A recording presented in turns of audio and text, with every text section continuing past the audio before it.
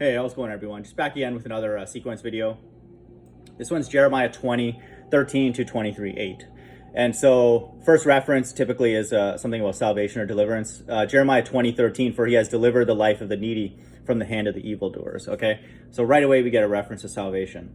I wanted to read these verses. They don't have to do with the sequence, but just to know how real God's people are. This is in the Holy Bible that someone wrote this. Jeremiah 20:16. Let that man be like the cities that the Lord overthrew without pity. Let him hear a cry in the morning and an alarm at noon, because he did not kill me in the womb, so my mother would have been my grave, and her womb forever great. It's like sarcasm here. Why did I come out of the womb to see toil and sorrow and spend my days in shame? This is sarcastic. It's like rhetorical. None of God's people actually want to be here because we're in hell, okay? And then, like it says here, to see toil and shame, okay?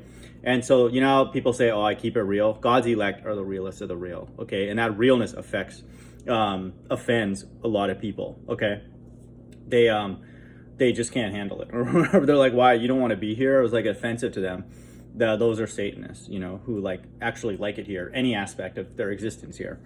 Okay, so back to the sequence. Jeremiah 21:2, inquire of the Lord for us, for Nebuchadnezzar, king of Babylon, is making war against us. So now we have a battle between the Lord and modern day Babylon, which is America, okay?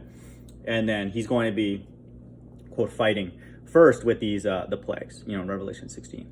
And I will bring them together into the midst of this city. I will fight, and I myself will fight against you with outstretched hand and strong arm, in anger and fury and in great wrath. Okay, so now we have a reference to the wrath of God. And I'll strike down the inhabitants of the city, both man and beast. Okay, so now we have a reference to the beast system, and that's in verse 6. Okay, that's not a coincidence.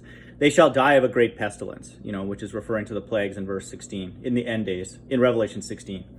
Afterward, declares the Lord, I will give Zedekiah, king of Judah, and his servants and the people in this city who survived the pestilence, sword, and famine into the hand of Nebuchadnezzar, king of Babylon, and into the hand of their enemies. Okay, so in the last days, this is God turning America over to the other nations who will turn on America and destroy it and burn it. And so just know that, I've done many lessons on Revelation 17 and 18. Into the hand of those who seek their lives. He shall strike them down with the edge of the sword, and the modern day sword is these intercontinental weapons. He shall not pity them or spare them or have compassion. So the God of the Bible's ambition is to blot out a place called Mystery Babylon, which is America. Verse 8, and to this people you shall say, thus says the Lord, behold, I set before you the way of life and the way of death. So there's only two options during this great tribulation time. Choose wisely. He who stays in the city shall die by the sword, by famine, and by pestilence. So this is the wrath of God, okay?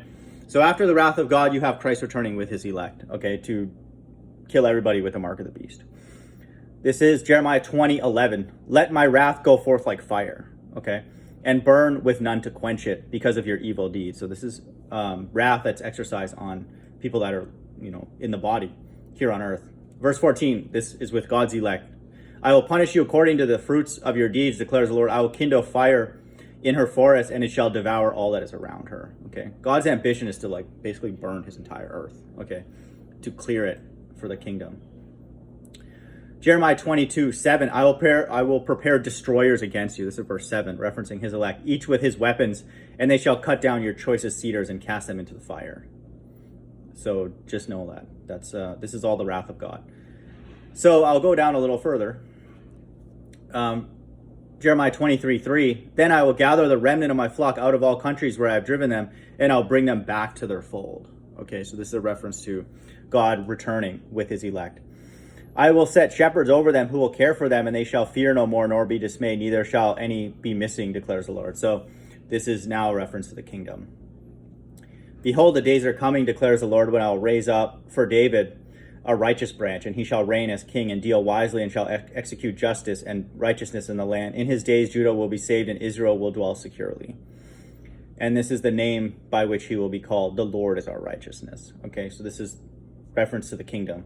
Therefore, behold, the days are coming, declares the Lord, when they shall no longer say, as the Lord lives, who brought up the people of Israel out of the land of Egypt, but as the Lord lives, who brought up and led the offspring of the house of Israel out of the north country, which represents America, and out of all countries where he had driven them. So God's elect are scattered, in all nations. Then they shall dwell in their own land. So this is the kingdom. And so God's recombining his right-hand side and then raising up David as the leader, in the kingdom. So this is absolutely incredible that spanning, a few chapters in Jeremiah, we have the sequence of the end times. Hope everyone's doing well. Bye.